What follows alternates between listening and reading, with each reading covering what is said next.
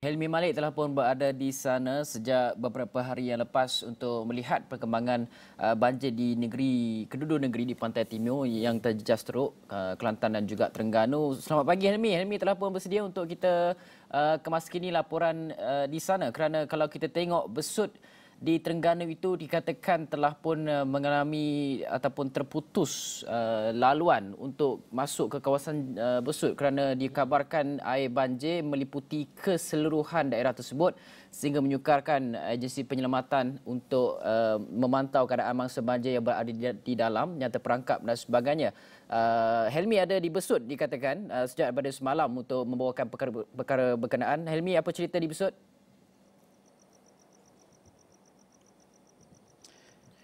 Ya, Afizi dan juga Hafizi, Assalamualaikum, selamat pagi. Kalau di studio sana di Bukit Jalil, saya kira mungkin memang agak sejuk dengan aircon dan sebagainya. Tapi kalau di Terengganu ini, cuaca sejuknya boleh saya katakan agak semula jadi sebab dengan keadaan faktor hujan yang tidak menentu. Kalau sebenarnya di sini di Terengganu ini, di kawasan Besut saya berada ketika ini, faktor keadaan ataupun cuaca hujan itu boleh saya katakan kalau turun tu dia memang tak ada warning. Di sini kalau hujannya memang dia tidak menentu. Boleh kita katakan sekejap reda dan tiba-tiba dia akan hujan lebat. Ini adalah keadaan cuaca hujan di Terengganu dan bercakap dengan kawasan yang terjejas seperti yang Hafizi katakan tadi, sememangnya kawasan di Perkampungan Tembila. Perkampungan Tembila antara kawasan yang paling teruk terjejas di sekitar kawasan saya ini di mana masih lagi terputus hubungan, tapi bagaimanapun ada sampan ataupun bot-bot individu yang sama-sama turun untuk membantu penduduk bagi mendapatkan bantuan. Cuma buat masa sekarang ini daripada segi pergerakan kenderaan darat itu sememangnya tak akan boleh masuk ke kawasan Perkampungan Tembila dan di dalam itu juga ada ditempatkan satu lagi PPS iaitu di Sekolah Kebangsaan Tembila yang saya kira setakat ini hampir 400 mangsa telah pun ditempatkan di PPS itu melibatkan lebih 100 keluarga di situ.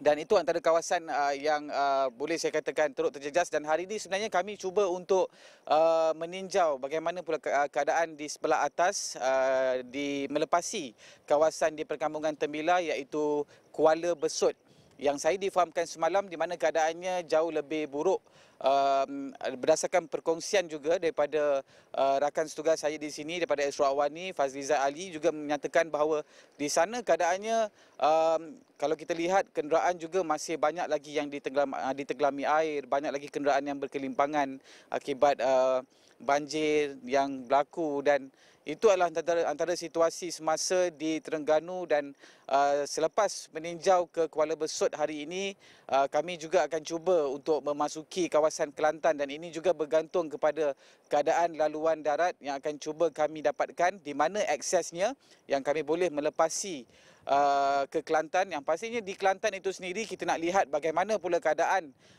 di Pasir Putih yang dikatakan juga antara kawasan yang paling teruk terjejas dan kalau untuk statistik buat masa ini boleh saya katakan angka ataupun mangsa banjir di Terengganu ini sememangnya terus meningkat.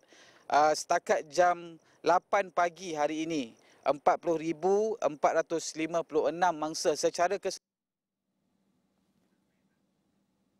Ya. Okey, tak apa. Mungkin kita mengalami gangguan isyarat di sana kerana kita difahamkan juga cuaca tidak menentu walaupun keadaan tenang tapi mungkin ia mengalami gangguan tetapi kita nak juga beralih kepada tumpuan usaha bantuan penyelamatan bangsa banjir dan sebagainya. Cuma kita perlu menunggu Helmi. Adakah Helmi telah pun bersedia? Halo? Okey. Halo? Okey, Helmi, kalau boleh dengar Helmi, semalam lawatan Timbalan Perdana Menteri Datuk Seri Dr. Ahmad Zahid Dengar, Hamidi. minta maaf mungkin sebentar tadi ada sedikit. Mungkin sebentar tadi ada sedikit gangguan teknikal. Kami juga tidak tahu bagaimana situasi lainnya. Tapi ya kita bercakap juga pasal gangguan teknikal ni. Tapi inilah sebenarnya cabaran bila kita membuat liputan dengan banjir di mana bila keadaan di kawasan ini telah pun sebagian besarnya ditegelami air. Pasti ini juga menjejaskan bekalan elektrik dan pasti juga line-line internet dan sebagainya pasti akan terganggu. Dan sebentar tadi saya ada mengulas sebenarnya mengenai dengan beberapa kawasan yang antara terjejas teruk akibat daripada banjir di Terengganu ini. Kalau kita lihat semalam Besut mendahului angka tertinggi jumlah mangsa banjir yang direkodkan. Tapi untuk statistik setakat pada pagi ini kita melihat berlaku perubahan di mana Kemaman telah kembali merekodkan jumlah mangsa yang paling tertinggi setakat ini iaitu 9,147 mangsa secara keseluruhan melibatkan 2,441 keluarga. Dan berdasarkan pemerhatian saya semalam apabila kita melakukan tinjauan di beberapa PPS, antara cabaran juga yang saya ingin sentuh di mana kita lihat agensi keselamatan, pihak penguasa kita, khususnya mangsa-mangsa yang mungkin ada yang OKU dan sebagainya, warga emas. Ini antara cabaran yang saya lihat paling sukar untuk didepani kita punya petugas, di mana apabila berlaku kes-kes seperti golongan OKU ataupun warga emas yang ingin mendapatkan bantuan kesihatan dan sebagainya. Jadi kita dapat lihat semalam bagaimana visual-visual yang kami kongsikan, petugas-petugas ini cuba untuk membawa mereka menggunakan wheelchair dan angkat untuk naik ke atas lori dalam keadaan banjir, kawasan yang masih ditenggami air. Mereka cuba juga untuk membawa ke semua mangsa-mangsa ini ke klinik berdekatan. Dan tidak cukup dengan itu, saya juga melihat ada juga ibu-ibu yang sedang hamil ditempatkan di PPS. Mungkin ada juga yang menanti hari. Dan kalau kita bercakap juga mengenai dengan ibu-ibu yang sedang mengandung ini, pastinya banyak risiko yang perlu didepani oleh golongan ini.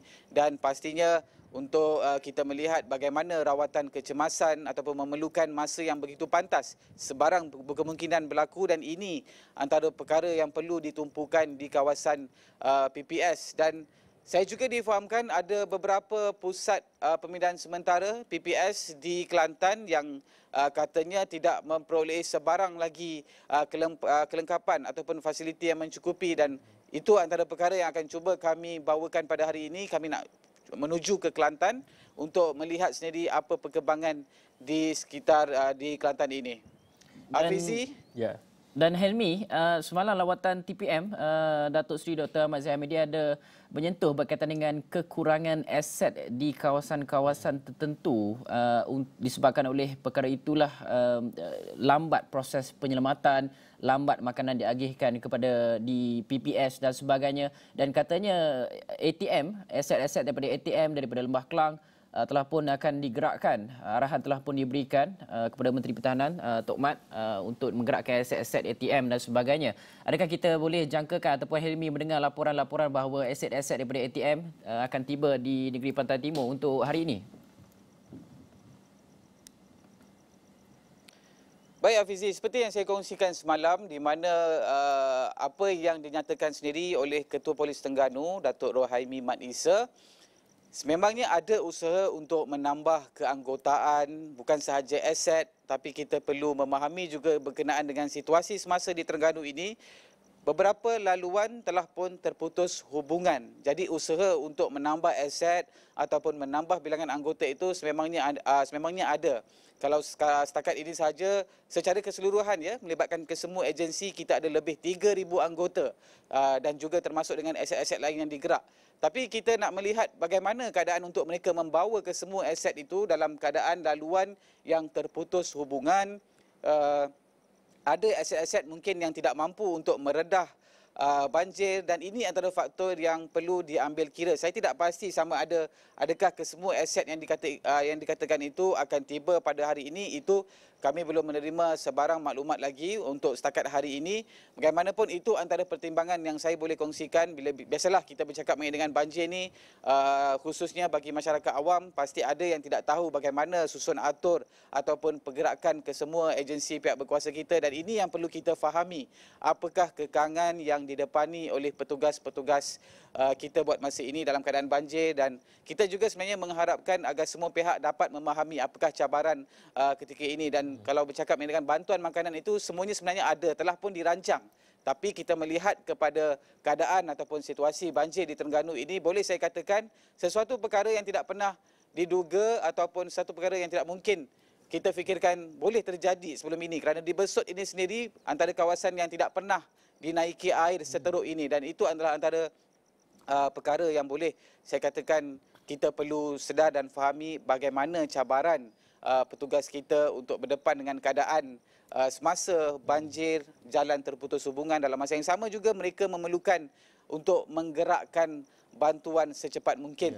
Tapi inilah dia antara risiko ataupun cabaran yang perlu didepani oleh petugas kita. Okey, baik Helmi, kita harapkan Helmi jaga diri di sana kerana keadaan macam Helmi kata bila-bila ataupun apa saja boleh terjadi, dan kita juga harapkan bahawa anggota keselamatan turut sama memastikan bahawa mereka dalam keadaan yang baik dan juga selamat untuk melakukan kerja-kerja penyelamatan, Hafizi. Ya, pastinya Helmi nanti akan bawakan lebih banyak lagi perkembangan dalam laman web kami di astrawani.com, dan juga kita akan kupas lebih lanjut mengenai perkembangan banjir di buletin-buletin awani yang seterusnya.